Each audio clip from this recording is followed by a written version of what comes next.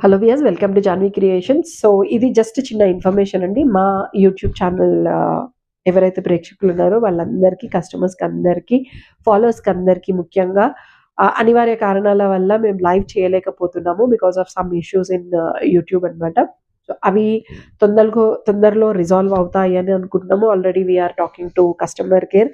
So వాళ్ళు resolve చేస్తే upcoming వచ్చేసి లైవ్స్ చేస్తాము. సో లైవ్ ఎప్పుడు అనేది ఏంటి అనేది కూడా మీకు డీటెయిల్గా మేము క్లియర్గా మేము షార్ట్ వీడియోస్ పెడతామండి. లేదు అంటే ఇన్స్టాగ్రామ్లో కానీ నార్మల్ వాట్సాప్ స్టేటస్లో కూడా పెడుతున్నాము.